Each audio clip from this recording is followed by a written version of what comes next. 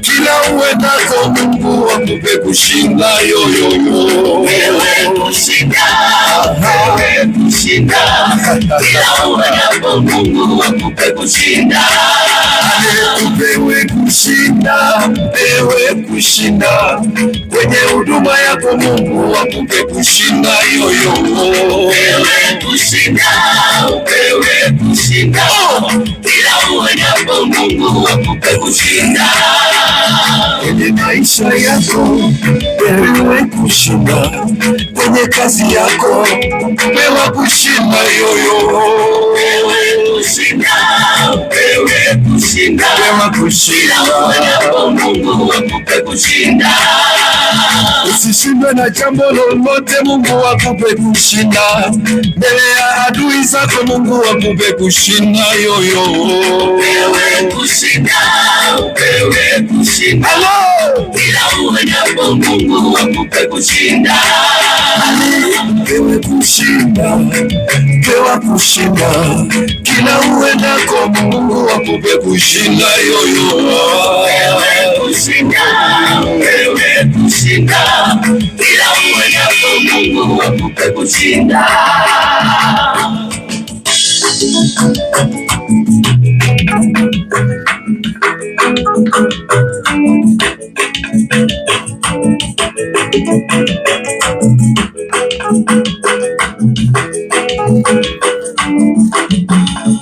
Kwa ajili yako mbingu haitanyamaza, kwa ajili yako mbingu haitatulia yoyo. Wewe kushinda, wewe kushinda. Kila uendapo Mungu akupe kushinda. Wewe kushinda, wewe kushinda. Kila uendako Mungu akupe kushinda yoyo. Wewe kushinda, wewe kushinda. Kila uendako Mungu akupe kushinda. Mbele ya watesi wako, mbele ya maadui, mbingu isinyamaze ikupe kushinda yoyo. Wewe kushinda.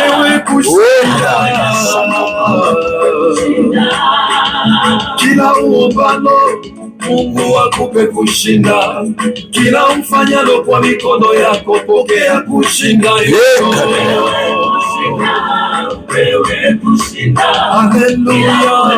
Mungu akupe kushinda. Pokea kushinda, pokea kushinda.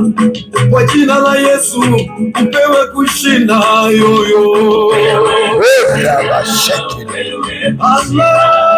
kila uendapo Mungu akupe kushinda yoyo. Ye karabu sakana bakana. Roho Mtakatifu karibu.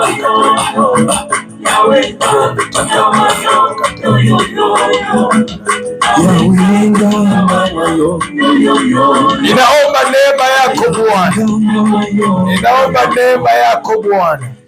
Roho Mtakatifu ukaguse watu wako Mungu wanapoenda kusikia ujumbe huu. Naomba ukawaguse Bwana, ukatende mambo makubwa Bwana, ukalete majibu Bwana juu ya neno hili ambalo saa hii wanaenda kulisikia, katika jina la Yesu, amen.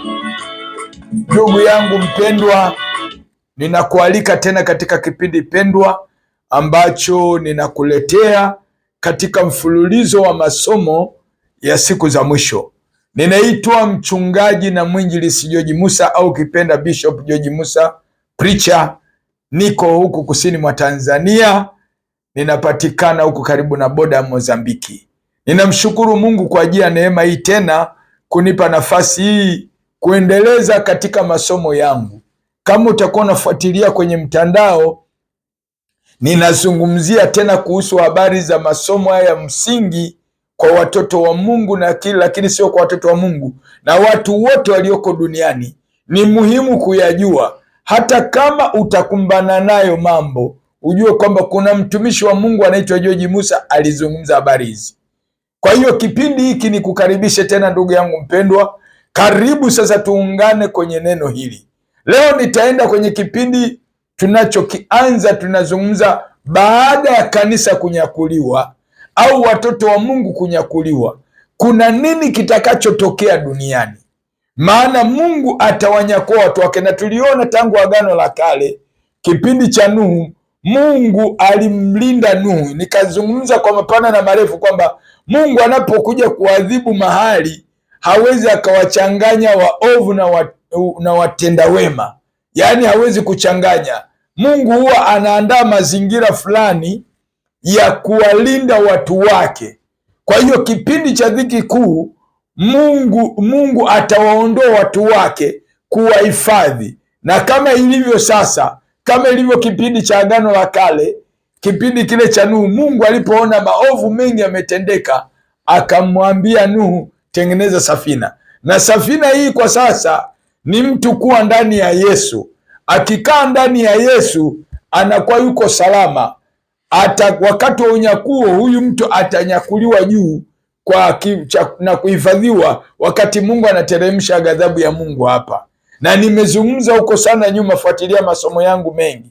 Sasa baada ya sisi watakatifu wa kweli, watu waliookoka kweli, sio wote, ni watu waliookoka kweli, walioamua kuishi maisha matakatifu na kuacha dhambi na kujazwa Roho Mtakatifu. Nilizungumza huko nyuma vigezo vitakavyokufanya wewe na mimi tunyakuliwe. Jambo la kwanza ni kuacha dhambi na kumpa Yesu maisha yako. Jambo la pili ni lazima ujazwe Roho Mtakatifu. Roho Mtakatifu ndio mafuta ya kunyanyuliwa pale juu. Nikazungumza ule mfano ambao Yesu aliuzungumza kuhusu kualikwa sisi kwenye karamu ya harusi ya mwana kondoo. Ukisoma ile Mathayo 25 mstari kuanzia ule wa kwanza hadi wa 13, ule mfano unatuhusu mimi na wewe tuliamua kumpokea Yesu, lakini tuhakikishe kwamba tunaishi maisha matakatifu na taa zetu zinawake, na maana kwamba lazima tujae Roho Mtakatifu. Nikazungumza haitoshelezi tu kutubu dhambi na kuokoka, kuna umuhimu wa kujazwa Roho Mtakatifu, na nikazungumza kwa habari ya kujazwa Roho Mtakatifu. Roho Mtakatifu kwamba tunapojazwa Roho Mtakatifu, jambo la kwanza tunarudishiwa uungu ule uliokuwa umepotea. Nimehubiri sana haya mahubiri kwenye mafundisho yangu sana, sio tu kuhubiri tuwe mashahidi, no. Mungu alinifunulia hichi kitu kwamba tunajazwa Roho Mtakatifu. Jambo la kwanza tunarudishiwa ule uungu uliopotea kwenye bustani ya Eden. Alafu jambo la pili, ili tuyatende mapenzi ya Mungu. Mapenzi ya Mungu ni yepi? Ni kuishi maisha matakatifu. Huwezi kuishi maisha matakatifu bila Roho Mtakatifu. Na ndio maana unaweza ukakuta leo kuna wimbi la watu wengi wameokoka, lakini hawaishi maisha matakatifu yale ya ushuhuda. Ni kwa sababu hawajaruhusu Roho Mtakatifu awawezeshe kuishi maisha matakatifu. Na jambo la tatu nikasema tunamhitaji Roho Mtakatifu ili tuwe mashahidi. Ile ndio Matendo 1 mstari wa 8 anasema, lakini mtapokea nguvu akishawajilia juu yenu Roho Mtakatifu. La kwanza tunamhitaji Roho ili kurudishiwa uungu uliopotea. La pili ili tuyatende mapenzi ya Mungu. La tatu ili tuzifanye kazi za Mungu, ndio hiyo kuhubiri. Kwa hiyo sasa hili jambo naomba ulijue. Sasa katika haya yote pia tunajazwa Roho Mtakatifu ili huyu Roho ndiye atakaye tupa taarifa kwa habari ya mwaliko wa malaika mkuu Mikaeli na parapanda ya Mungu. Ukisoma ile wa Thessalonike wa kwanza sura ya 4 mstari wa 13 hadi 17 kwamba Bwana mwenyewe atashuka kutoka mbinguni na mwaliko wa malaika mkuu na parapanda ya Mungu. Unaona? Kwa hiyo hili tukio ni la kiroho. Sasa usipojazwa Roho, huo mwaliko utausikiaje? Na hiyo parapanda ya Mungu utasikiaje? Ndio maana nikazungumza kule nyuma kwamba unyakuo utawahusu watu wote walio tayari, kwa sababu mfano ule wa wanawali 10 katika Mathayo 25 unanihusu mimi na wewe. Hawa ni Wakristo, yako makundi mawili. Kuna Wakristo wako ndani ya kanisa, kuna watu wanaojali kujazwa Roho Mtakatifu na kusikia sauti ya Mungu, lakini kuna wengine wanasali hawajali kujazwa Roho Mtakatifu. Ndio hao wanasema wanawali wapumbavu, wamebeba taa lakini hawana mafuta. Sasa hii ni hatari sana. Usiishi kanisani bila kujazwa Roho, bila kuhakikisha umejazwa Roho Mtakatifu. Itakuwa ni kilio na kusaga meno. Na kama unaishi hapo hukazaniwi kujazwa Roho, nataka nikwambie ni hasara kubwa, kwa sababu wakati wa unyakuo ndio kipindi cha bonde la kukata maneno. Hapo watajulikana mapasta wa kweli, maprofeti wa kweli, maaposto wa kweli, maevangelist wa kweli na walimu wa kweli. Kwa hiyo ninakuomba ndugu yangu, unaposikiliza mfululizo wa masomo haya, naomba uwe makini, kwa sababu muda uliobakia ni mdogo. Sasa nimeshazungumza sana huko nyuma kwa habari ya unyakuo. Sasa naendeleza leo mwendelezo. Baada sisi kunyakuliwa, kanisa kunyakuliwa, nini kitatokea duniani? Kutakuwa na dhiki kuu, mateso makuu, ghadhabu ya Mungu, hasira kubwa ya Mungu juu ya dunia. Inaposema dhiki kuu hapa duniani, ina maana kwamba ni mateso, mapigo, hasira ya Mungu juu ya dunia, kwa sababu sasa hivi Mungu amekasirika. Haya mambo yanayofanyika, yote yanayofanyika haya, imefika wakati kikombe kimebakia kidogo sana, kinaenda kujaa. Kwa hiyo tunaposema dhiki kuu inakuja, yaani huwezi ukaikataa. Bado dhiki kuu haijaja, mpaka kanisa watakatifu tunyakuliwe, ndipo hii dhiki kuu inakuja. Sasa baada ya kanisa kunyakuliwa, sisi tuliookoka, nikisema tuliookoka, waliookoka kweli, sio wachanganyaji, sio wababaishaji. Mungu anataka kitu halisi. Tutanyakuliwa na kuondolewa kwa muda hapa duniani. Kitakachofuata ni dhiki kuu. Inaposema dhiki kuu ni mateso makubwa. Sehemu ingine imeandikwa ni siku ya Bwana, yaani siku ya Bwana ya kisasi. Unaona, yaani inapoandikwa siku ya Bwana ni siku ya Bwana ya kisasi juu ya watenda dhambi, juu ya shetani na watenda dhambi, kwa sababu itafika kipindi ya kisasi, na ndicho hicho cha dhiki kuu ambacho kitakuwa ni miaka 7 hapa duniani. Na utaona huko mbele, nitakupa maandiko, usiseme huyu George anazungumza nini, nakupa vitu halisi. Sehemu nyingine imeandikwa taabu ya Yakobo au taabu ya Israeli. Anaposema taabu ya Yakobo, ina maana hiyo dhiki kuu imeandaliwa kipindi hicho kwa ajili ya kuiadhibu dunia, lakini hasa mapigo haya yatawahusu pia Waisraeli kwa sababu ya kukataa huduma ya upatanisho. Kwanza ya kumkataa Yesu, alafu pili kukataa huduma ya upatanisho, kwa sababu Israeli ndio waliokuwa wamepewa dhamana kwa ajili ya kutangaza ufalme wa Mungu duniani. Sasa walipokataa, Mungu akageukia mataifa, ndio mimi na wewe tuliopo leo. Sasa hao watu walikataa. Kwa hiyo inapoitwa taabu ya Yakobo, ina maana ni taabu ya Israeli. Ilitokea ile miaka ya 70, hekalu libomolewa. Ule ilikuwa ni kama ni mfano wa nini kitakachotokea, maana walitawanyika duniani kote. Mwaka 1948 ndio wakarudi sasa kuanza kuunda taifa, na ndio maana nasema utimilifu wa mataifa utakapotimia, ina maana watakaporudi sasa yatarudia tena haya, kwa sababu hawa watu watataka kurudisha ibada zao. Sasa hivi ni maandalizi tu. Nitazungumza ni hekalu litajengwa lini na nani atakayewasaidia, kwa sababu mpinga Kristo ataingia agano nao, atawasaidia kuwapatanisha na dunia kipindi hicho cha dhiki kuu. Lakini kipindi hicho sisi tukiwa kule juu angani, haya yote yatatokea. Sasa hivi ni maandalizi tu. Kwa hiyo kipindi cha dhiki kuu ni kipindi cha hasira ya Mungu kuiadhibu dunia, kuadhibu dunia kwa mapigo makubwa ambayo hayajawahi kutokea tangu dunia iumbwe na hayatatokea tena. Na ni kipindi ambacho kinakuja. Hakuna mfalme, hakuna jemedari, hakuna raisi, hakuna mtu yoyote atakayeweza kutuliza, kwa sababu ni kipindi cha Mungu. Unajua, katika kila kipindi kimepangwa, na ndio maana tutaenda kuangalia manabii waliotabiri, waliona dhiki kuu. Kwa hiyo hatuwezi kupuuzia masomo haya kuyafundisha, kwa sababu ni wakati wake. Sasa kwa nini Mungu anaenda kuiadhibu dunia? Hebu tuangalie sababu ya Mungu kuipiga dunia. Kuna sababu. Mungu hawezi akaiadhibu dunia bila sababu. Hata ulimwengu wa kwanza ukiangalia ile Mwanzo 6 tutaenda kuona ni kwa sababu ya maovu, na hii ndio uthibitisho. Kwa nini Mungu aligharikisha ulimwengu ule wa kwanza? Sababu kubwa ya Mungu kwenda kuipiga dunia ni kwanza kutenda dhambi. Wanadamu wamezidi kutenda dhambi na hawataki kutubu, na Mungu inafika mahali anachoka, kama kipindi cha Nuhu na Lutu. Sababu itakosababishwa dunia ipitie kupigwa miaka hiyo 7 ni kwa sababu ya dhambi zinazofanywa duniani, na wanadamu wamekuwa jeuri, hawataki kutubu dhambi, na ndio hilo tu. Na ukisoma Mwanzo 6 mstari wa 5 inasema hivi: Bwana akaona ya kuwa maovu ya mwanadamu ni makubwa duniani, na kwamba kila kusudi analoliwaza moyoni mwake ni baya tu siku zote. Yaani kipindi kile cha Nuhu, ulimwengu uliongezeka, wanadamu wakaacha njia ya kweli.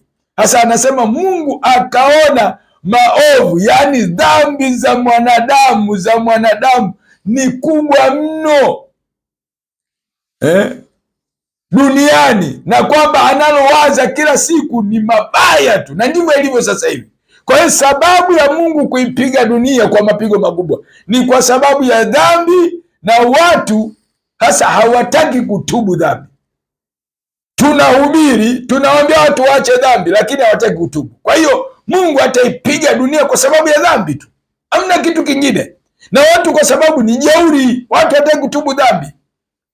Kwa hiyo Bwana Yesu anagairi, yaani Mungu mwenyewe anagairi.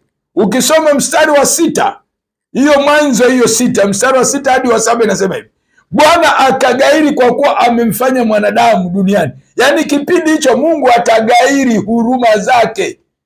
Anasema akagairi, akahuzunika moyo. Bwana akasema, nitamfutilia mbali mwanadamu niliyemuumba usoni pa nchi, mwanadamu na mnyama na kitambacho na ndege wa angani, na kwa maana na gairi kwa sababu nimemfanya. Yaani mwanadamu kwa sababu ya dhambi, Mungu kipindi kile cha Nuhu alisema Bwana akagairi. Yaani Mungu anaenda kugairi, kusema nimemuumba kwa mfano wangu, nimemfanya, lakini kwa sababu hataki kutubu dhambi. Kwa hiyo kipindi hicho ni kipindi cha kipigo. Hata jali tajiri, hata jali maskini, alimradi tu kwa sababu watu hawataki kutubia dhambi, kuna kipindi kikombe kinaenda kujaa. Na kipindi hicho cha dhiki kuu ni kipindi ambacho kikombe cha maovu ya wanadamu kitakuwa kimejaa. Kwa hiyo wakati ule aliufutilia ule ulimwengu, kipindi hiki anawapiga kwa mapigo mazito, na tutaenda kuangalia maandiko. Awamu hii Mungu kabla hajawaua wanadamu duniani lazima awapige kwanza. Yaani kipindi hiki Mungu anachokifanya, kipindi hiki hata waua kwanza mapema, anahakikisha anapiga kwanza, anapiga. Yaani anachoenda ni kupiga. Mimi sikutishi, soma vizuri kwa wakati wako taratibu, Ufunuo sura ya 6 mpaka sura ya 18, sura ya 6, 7, 8, 9, 10, 11, 12, 13, 14, 15, 16, 17, 18. Hizo sura zote ni mapigo ambayo bado hayajatokea, yatatokea baada ya sisi kuondolewa. Na ndio maana nataka nikwambie kwamba Mungu anaenda kuipiga dunia ambayo haijawahi kutokea. Labda ulikuwa hujaambiwa. Na haya mambo watu wayahubiri, anasema George, ukihubiri unawatishatisha watu. Mimi siwatishi, mimi nahubiri neno na kueleza ukweli. Kama hufundishwi kitu kinachokuja, mimi nakufungua ufahamu, uelewe haya ndio mambo Mungu anaenda kuyafanya muda sio mrefu, kwamba Mungu anaenda kuwaadhibu, atawaadhibu watakiona cha mtema kuni. Sababu ya kupigwa ni maovu au dhambi. Mungu hana huruma kipindi hicho, hatakuwa na huruma. Na ndio maana mimi nimeambiwa niseme haya mambo, siwezi kunyamaza. Mungu hana kawaida ya kuwaficha watu wake. Yaani kanuni ya Mungu, akitaka kufanya jambo lazima waambie. Anapotaka kufanya jambo lolote lile, Mungu alimwambia Ibrahimu kwa habari ya kwenda kuangamiza Sodoma na Gomora. Ukisoma ile Mwanzo 18 mstari wa 16 hadi 22, Mungu alisema nitamfichaje Ibrahimu jambo ambalo naenda kulifanya huko Sodoma, kuadhibu watu wa Sodoma na Gomora. Ukisoma ile Mwanzo 18 mstari wa 16 hadi 22. Unaona? Sasa Mungu hawezi kuficha, na amefunua kupitia neno.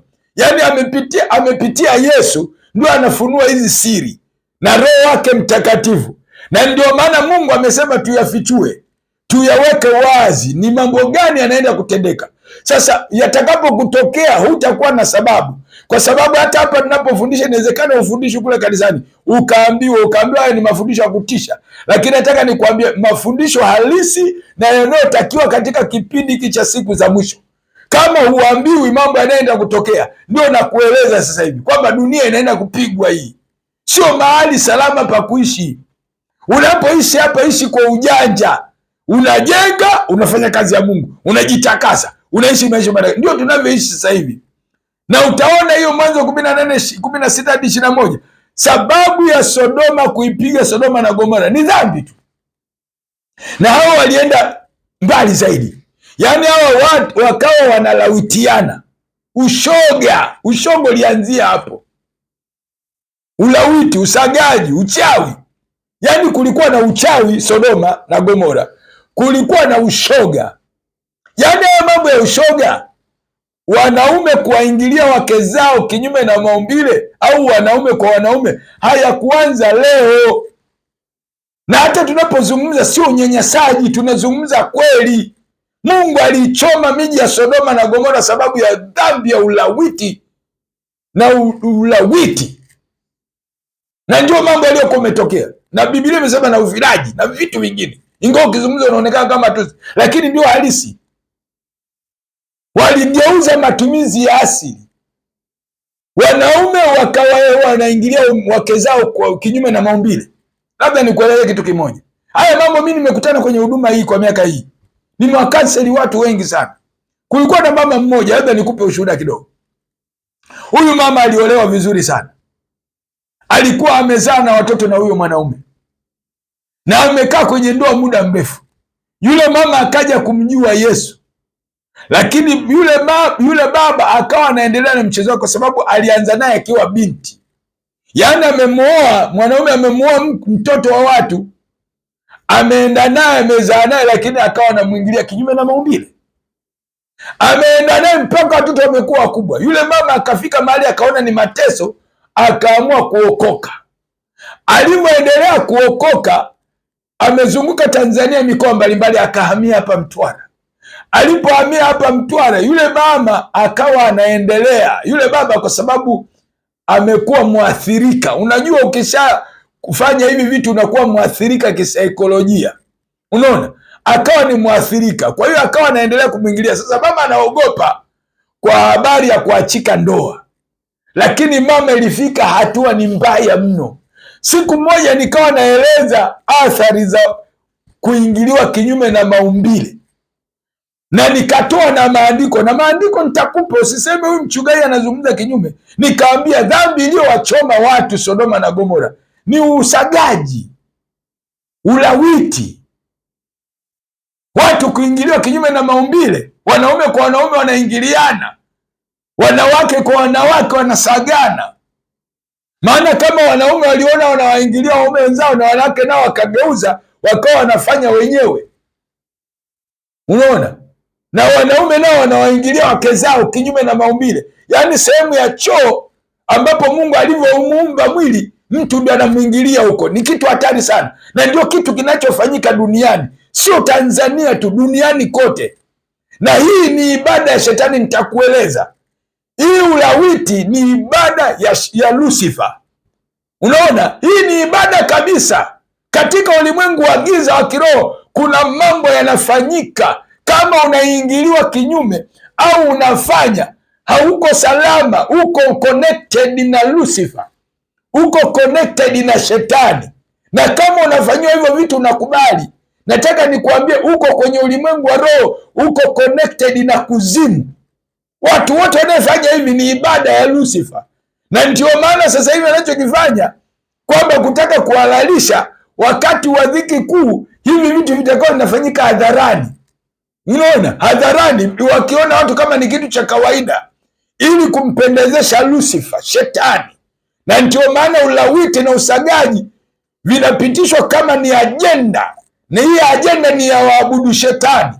Na ndio maana unaweza ukakuta sasa kama wanapenyesha hata kwenye mashule hata nchi mbalimbali, ili ukubaliane upewe msaada lazima ukubali ndoa za jinsia moja, watu waingiliane kinyume na maumbile, watu wakubali kuolewa na wanyama, watu wakubali kuingiliwa kinyume na maumbile, ndio naweza kupewa msaada. Hizi ni hizi ni dalili za yule mnyama, yule mpinga Kristo. Na ndio maana anaandaa ili watu kisaikolojia waone kama ni kitu cha kawaida mwanaume kwa mwanaume kuoana, mwanamke kwa mwanamke, mwanaume kumwingilia kinyume na maumbile mwanamke. Na hii itakwenda, itazoeleka, itakuwa kama ni kitu cha kawaida. Kwa nchi za Ulaya huko sehemu zingine ni kitu cha kawaida. Unaona? Sasa hii ni ibada ya Lucifer, ibada ya shetani. Siku ile nilihubiri kwamba nikawambia, ukifanya hivi na maana umekubali wewe kujiandikisha kwenye daftari la kwenda kuzimu. Yule mama alilia sana siku hiyo kanisani, zamani kidogo. Akaja mbele baadaye akaniambia, mchungaji, nataka nikuone Jumatatu. Nikamwambia njoo. Alipokuja ofisini ndio akaanza kunipa historia yake. Akaniambia, tangu nimeolewa nikiwa na binti, huyu baba amekuwa akiniingilia kinyume na maumbile. Na ninapokuambia hapa mchungaji, huku nyuma siwezi kukuonyesha kwa sababu wewe ni mwanaume, nimeharibika, ninavaa pampers. Kuna watu wameharibika kabisa, wanavaa pampers. Siku moja mke wangu alienda kununua kwenye duka la madawa pharmacy moja hapa Mtwara, kwa sababu mama yetu ni umri mkubwa, miaka 86, wakati amefanyia operation. Kwa hiyo alikuwa hawezi kudhibiti ile haja ndogo, kwa hiyo ilibidi sasa tunamnunulia pampers usiku anapolala.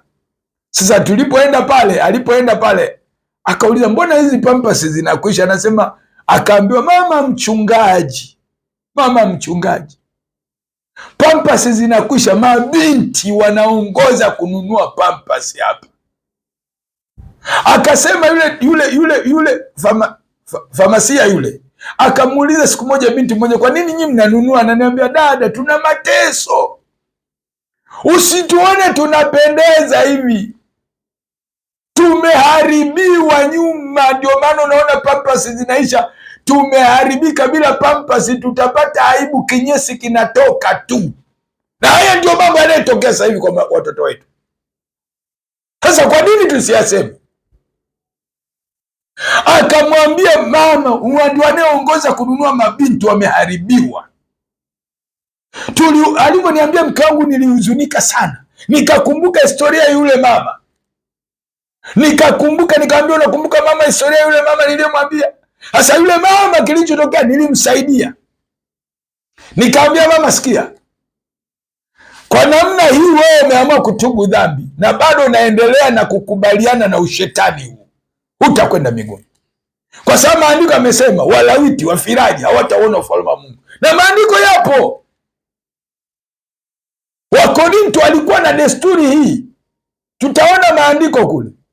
Ile Wakorinto sura ile ya 6, Wakorinto wa kwanza sura ya 6, mstari wa kama wa 9 kama sikosei, hadi wa 10 pale. Walikuwa na desturi kwa sababu walishazoea huko kwenye makanisino yao, wakaokoka wakaingia kanisani, wakawa wanaendelea na ulawiti na usagaji na vitu vyote vya ushoga. Sasa Mungu akazungumza kupitia Paulo, ikabidi awaambie. Nikamwambia, mama, maandiko hayajasema uongo, na hata maandiko tutaenda kusoma kwa Walawi pia inavyozungumza. Nikamwambia mama, sikiliza, nitakupa maandiko yanayozungumza, yanayokataza ulawiti na mambo yote ya ushoga, inakataa. Nikamwambia, mama, sikiliza, nisikilize, kitakacho kupeleka jehanamu. Wewe unampendezesha mwanaume. Nikamwambia, athari yake ni jambo la kwanza, unamkosa Mungu. Pili, kama umeshaharibika, kinachotokea wewe utakufa, huyo mwanaume ataoa mwanamke mwingine. Nikamwambia mama, lazima uwe na msimamo, na kama unanisikia kupitia mahubiri haya, kama wewe unafanyiwa hicho kitendo, unalazimishwa kwamba utaachika, afadhali uachike, afadhali ukose mali, afadhali ukose pesa, lakini usikose mbingu. Afadhali ukose vyote, kwa sababu kipindi hicho, nisikilize, kipindi cha dhiki kuu ni kipindi cha hasira ya Mungu juu ya uasi na wanaopinga neno la Mungu na kumkataa Yesu kwa wokovu. Warumi 1:18 anasema, kwa maana ghadhabu ya Mungu imedhihirishwa kutoka mbinguni juu ya uasi wote. Ndugu yangu mpendwa, niishie hapa kwa sababu ya umeme wetu umekatika. Umeme wetu umekatika kwa sababu za kiufundi. Niishie hapa kwa saa hii kwa sababu ya umeme. Kwa sababu ya umeme, labda nitaendelea kwa ufupi tu kidogo. Kama unaniona, niendelee kidogo kumalizia ushuhuda wa huyu mama. Yule mama nikamwambia, asante Yesu. Nikamwambia, mama, sikiliza, umerudi, asante. Asante, poleni sana watazamaji wangu na wasikilizaji wangu kwa ajili ya hitilafu za umeme, ulikatika mara moja. Yule mama nikamwambia, mama, afadhali ukose vyote, ukose mume, lakini usimkose Mungu. Yule mama akakubali. Nikamwambia, sasa leo ukakataa na kuombea, ukakataa, akitaka tu kugeuza, kataa. Hata akikupiga, akifanya chochote. Yule mama alinisikiza. Alivyokwenda, alivyomkatalia siku ile, alimpiga mpaka kamjeruhi usoni. Asubuhi yake akaja tena, nikamwambia, mama, Yesu alipigwa, alijeruhiwa mpaka aliuawa. Afadhali ufe kuliko kumkosa Mungu. Yule mama siku ya pili tena akaendelea. Nikamwambia, wewe huo unakuja tunaomba juu ya huyo mtu. Siku ya tatu nikamwambia, sasa tunamwomba Bwana Yesu na Roho Mtakatifu amkamate huyu mtu. Haiwezekani akutese kwa namna hiyo. Tuliomba. Baba siku ya tatu alivyoenda kutaka kumkamata yule mama, kumlazimisha, ila anatupa mkono kaganda juu. Akaanza kutetemeka yule mzee. Akaanza kulia mwenyewe. Roho Mtakatifu aliingilia kati ile kesi. Yule mama, yule baba akaanza kuomba msamaha. Ndio ikawa mwisho wa maonevu ya yule mama, lakini aliharibika, aliteseka kwa miaka mingi. Kwa nini ukubaliane na vitu vya kishetani? Na huu ndio mkakati wa shetani, kuwaandaa watu kisaikolojia. Nisikilize, huu ni mkakati wa shetani, kuwaandaa watu kisaikolojia. Ndio maana ukisoma Warumi 1:18 anasema, kwa maana ghadhabu ya Mungu imedhihirishwa kutoka mbinguni juu ya uasi wote na uovu wa wanadamu wapingao kweli. Sasa hivi, yani kipindi cha dhiki kuu ni kipindi cha ghadhabu ya Mungu juu ya wanadamu wote. Unaona? Yani inaenda kuwekwa wazi, kudhihirishwa. Wanaopinga neno la Mungu, wanaokataa neno la Mungu, wanaokataa toba. Unaona? Kwa sababu wanadamu ni wabishi, ni jeuri, hata wakionywa hawataki kuacha wanayofanya, hawataki kutubu. Mungu amewaamua kuacha. Yaani kwa sababu sasa hivi watu ni jeuri. Jeuri, hata tukihubiri hapa anasema wewe unatafuta nini? Sio nini, tunakubembeleza, tunaona kinachokuja mbele. Warumi 1:28, angalia yaliyokuwa yametokea. 28:32 anasema, na kama alivyokataa kuwa na Mungu katika fahamu zao. Yaani watu wana akili, wamesoma PhD, lakini wanamkataa Mungu. Anasema, na kama alivyokataa kuwa na Mungu katika fahamu zao, Mungu aliwaacha wafuate akili zao zisizofaa. Yaani unaweza ukafuata akili zako ukaziona ni sahihi, lakini zisizofaa. Anasema wafanye yasiyowapasa. Yaani watu wanayafanya yasiyowapasa. Wamejawa na udhalimu wa kila namna, uovu na tamaa na ubaya. Yaani watu wamejawa na uovu, tamaa na ubaya. Wamejawa na husuda, uuaji. Kama tunavyoona mauaji, watu hawana huruma. Watu wanachinja, watu wanateka, vita duniani kote sasa hivi ni vita tu. Yaani wanadamu sasa hivi wamekuwa kama wanyama. Hawana huruma na damu za watu. Hawana huruma na watu. Yaani kuua mtu sasa hivi, kuchinja, kuua, kuteka. duniani kote, vita unavyoona, vita vinafanyika huko maeneo mbalimbali. Yani sasa hivi hakuna shida swala la kuua. Yani anachofanya shetani sasa hivi ni kuandaa watu kisaikolojia, kuona kwamba kuua mtu ni kitu cha kawaida. Yani sasa hivi hata vita watu wanaona ni kitu cha kawaida, kuua mtu mwingine ni kitu cha kawaida. Watu hawana huruma tena, yani huruma haipo. Huu ni mtandao wa shetani kuandaa watu kisaikolojia, unaona, ili waone kama ni kitu cha kawaida katika dunia hii, kwa habari ya kuua, kulawiti, kufanya vitu viovu, uchawi na vitu vingine. Asema na fitina na hadaa, watu wa nia mbaya, wenye kusengenya, wenye kusingizia, wenye kumchukia Mungu, wenye jeuri. Yani hao ndio wenye jeuri, wenye kutakabari, wenye majivuno, wenye kutunga mabaya, wasiotii wazazi wao, wasio na ufahamu, wenye kuvunja maagano, wasiopenda jamaa zao, wasio na rehema, ambao wakijua sana hukumu ya haki ya Mungu ya kwamba wayatendayo hayo wamestahili mauti, wametenda hayo, wala si hivyo tu, bali wamkubaliana na hayo. Kwa hiyo unaweza ukaona hapa kwamba Paulo anazungumzia kitu gani kilichopo sasa. Watu ni majeuri, watu ni makatili, wauaji, wasengenyi, yani wasiopenda watu wao, wasio na adabu. Yani watu ndio, yani ni namna ambayo shetani anaandaa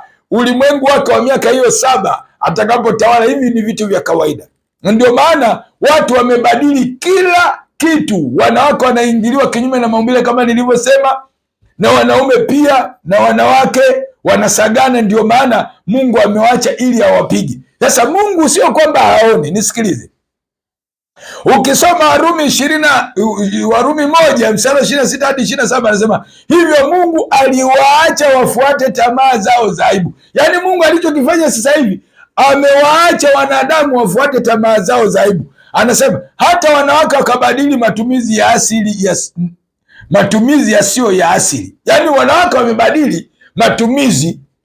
Mungu alikuumba kila kiungo kwa sehemu yake: pua ya kupumulia, masikio ya kusikilia, mdomo wa chakula. Lakini mambo yanayofanyika, kila kiungo kimewekwa kwa namna yake. Kila kiungo, kama ni haja kubwa, kama ni haja ndogo, Mungu ameumba hivyo viungo. Sasa ukifanya kinyume, sasa hao watu walibadili. Kipindi cha Sodoma na Gomora anasema wamebadili matumizi yasiyo ya asili.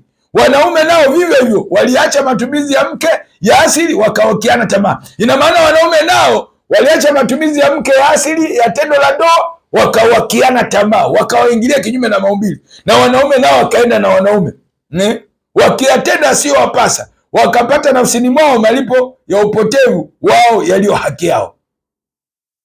Sasa sikiliza haya mambo. Sasa kama watu wamezoea hivi, Mungu ataendelea kuvumilia?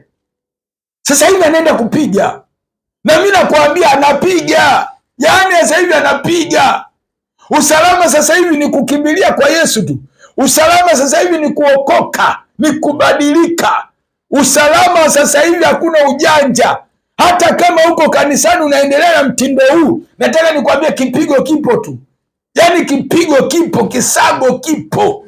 Na mimi nakueleza ukweli, kama uambiwi, wakati wa dhiki kuu unakuja, utabaki. Kama unaendelea na ulawiti, usagaji, uchawi, ushirikina, hata kama unawasali kanisani, yani kipigo kipo. Na sasa hivi kwenye nyumba za ibada ndio kama vichaka vya kuficha maovu, watu wasijulikane. Sasa Mungu atavumiliaje? Kuanzia madhabahuni pamechafuka, kiongozi mwenyewe anayafanya hayo, anatafuna kondoo, analawiti, anafanya hivi, anafanya mambo ya uchawi, anafanya vitu wewe. Kwa nini Mungu asipige dunia? Na ndio mambo yanayofanyika sasa hivi. Sasa ili kuepuka ufanyeje? Naishia hapa leo. Ili kuepuka ghadhabu ya Mungu ufanyeje? Ni lazima utubu dhambi. Kama unajijua umekosea, iko nafasi ya kutubu dhambi. Ndio maana Mungu analeta message hizi, analeta ujumbe. Kama ulikuwa unalawiti, unafanya dhambi za ushoga, usagaji, acha. Mungu yupo, atakurehemu. Hakuna dhambi isiyosameheka. Hata kama umefanya hayo mambo, tubu kweli kweli, acha usanii. Kwa sababu unaingia kanisani, unatoka, hakuna mtu anasema mchungaji anione, haikusaidii kitu. Wewe kama unafanya maovu, unafanya uzinzi, unafanya uasherati, sio kwamba unamkomoa mchungaji, unamkomoa askofu, unamkomoa mwinjilisi au kiongozi wa kanisa hilo. Wewe mwenyewe ndio tabaki, utakutana nayo. Hii ni kwa faida yako, mimi ni kwa faida yangu. Kwa hiyo ninapokueleza haya, sio ninakuhukumu, ninakueleza ukweli. Kama unajijua na dhambi, tengeneza na Mungu, uache dhambi. Muda huu nataka nikwambie, unyakuo ndio bonde la kukata maneno, ndio watajulikana Wakristo wa kweli. Kuhubiri hakutupi tiketi ya kuingia mbinguni. Sikiliza, kuimba hakutupi tiketi ya kuingia mbinguni. Kufanya huduma za kanisa na kutoa na vitu hakutupi tiketi. Cha kwanza, tiketi ya kwanza ni kutubu dhambi na kuishi maisha matakatifu. Maisha matakatifu ndio tiketi na kujaa Roho. Ukisha uishi maisha matakatifu, Roho Mtakatifu atakuja juu yako, sauti utaisikia parapanda na mwaliko wa malaika mkuu. Utakatifu ndio ajenda yetu ya siku hizi za mwisho. Tuache usanii, tuache kuigiza, wokovu wa bla, wokovu wa kurembaremba. Tuishi kama Biblia inavyotaka. Biblia inazungumza wazi katika Zaburi 16 mstari wa 3, watakatifu waliopo duniani ndio walio bora, hao ndio ninaopendezwa nao. Huyo ni Mungu. Yaani Mungu anapendezwa na mtu mtakatifu, na amesema katika waraka wa Petro wa kwanza sura ya kwanza mstari wa 15 hadi 16, anazungumza kwa Wakristo wale, kwa watakatifu wale. Imewapasa mwenende katika utakatifu, katika mwenendo wenu wote, yaani katika maisha yetu yote tuwe watakatifu kama yeye alivyo mtakatifu, na sisi tuwe watakatifu. Utakatifu, huwezi kupata utakatifu bila Yesu kuingia, kumkubali Yesu. Na sio tu Yesu, lazima nafsi ya tatu ya Roho Mtakatifu. Watu wamempokea Yesu lakini hawamtaki Roho Mtakatifu. Sasa Roho Mtakatifu ndio mwezeshaji wa kushinda dhambi na majaribu na vishawishi. Umeokoka sawa, lakini umejazwa Roho. Jazwa Roho, mwambie Roho, nivike uweza, nishinde vishawishi, nishinde dhambi. Sitaki kubaki wakati wa unyakuo. Ndio ajenda yetu sasa hivi. Tunaliandaa kanisa, tunawaandaa watakatifu, tunawaandaa watu wa Mungu kwa ajili ya ujio wa Yesu. Yesu yuko karibu kurudi, wapendwa. Kwa nini ubaki eti kwa sababu ya kung'ang'ania makuti? Hatuna mji hudumu hapa duniani. Maisha yetu ni mafupi mno, muda uliobakia ni mdogo. Ndugu yangu unayenisikia, unasema sasa, mchungaji nifanyie? Ni toba tu, ukitubu Mungu atakurehemu. Wewe uliye tayari, sema maneno haya, sema maneno haya, sema: Bwana Yesu, ninakuja mbele zako, sitaki kubaki wakati wa dhiki kuu. Naomba Bwana Yesu unisamehe, futa jina langu kwenye kitabu cha hukumu, andika jina langu kwenye kitabu cha uzima wa milele. Ninakupokea Bwana Yesu, uwe Bwana na Mwokozi wangu. Asante Yesu kwa kunisamehe na kuniokoa. Unijaze na Roho Mtakatifu ili unaporudi Bwana nisikie sauti ya mwaliko wa malaika mkuu na parapanda ya Mungu.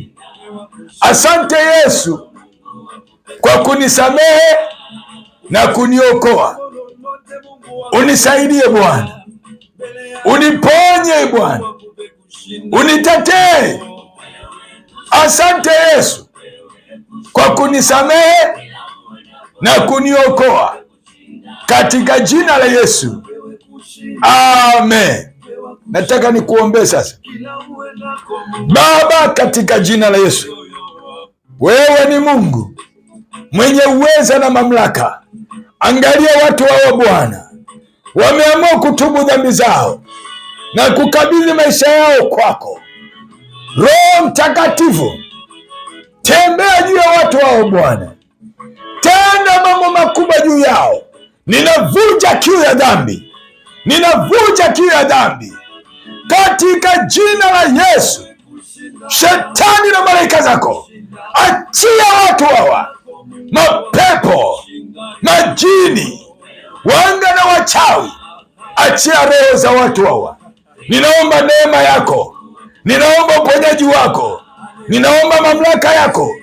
Robo sakarabakete yekopokotoroboriandarabakayakata yekepeketererebokotoroboriaba rikapakatarabaketerabokoto.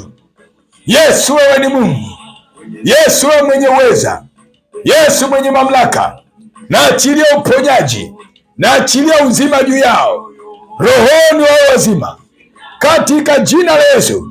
Pokea uponyaji wa roho, pokea uponyaji wa roho, pokea uponyaji wa mwili, katika jina la Yesu. Uwe mzima, ukajazwe na Roho Mtakatifu. Amen. Ndugu yangu mpendwa, wewe ambao unataka huduma za kiroho, tumekuwa na huduma za kiroho hapa TAG Shangani siku zote kuanzia saa 5 asubuhi mpaka usiku, masaa 24. Watendakazi wako wanapishana hapa. Aliye mgonjwa wa aina yoyote, magonjwa aliyoshindikana, sisi tunaamini katika miujiza na uponyaji wa kimungu. Hata kama magonjwa yamesema hospitali upone, nataka nikuambie Yesu yuko hai na ni mtenda miujiza. Una mgonjwa yoyote, una ndugu yoyote ameshindikana, mlete hapa kanisani, atahudumiwa na Yesu ataenda kutenda muujiza kwa ajili yako. Wewe ambaye upo unataka kuwasiliana nami ni 0712999805. Wewe ambaye unataka huduma yoyote na maswali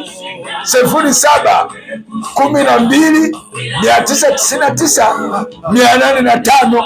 Na kama unataka kufuatilia mafundisho haya, ukienda kwenye YouTube ukiandika Bishop George Musa Preacher, na kwenye Facebook ukiandika Bishop George Musa Preacher, utapata mahubiri na mafundisho mbalimbali.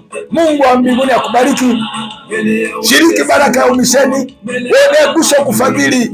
Tunafanya umisheni Kongo, Malawi, Msumbiji, Uganda, Tanzania. Hizo nchi zote tunafanya umisheni. Wewe unayegusa kupeleka Injili, unaweza ukanipigia namba hiyo kwa WhatsApp, ninapatikana.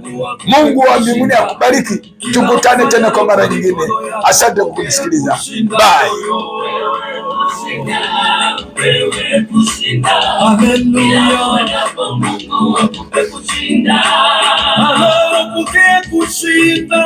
Pokea kushinda kwa jina la Yesu, upewe kushinda yoyo.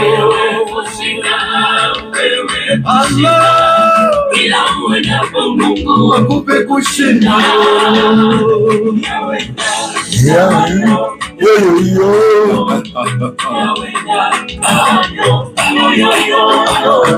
Yahweh,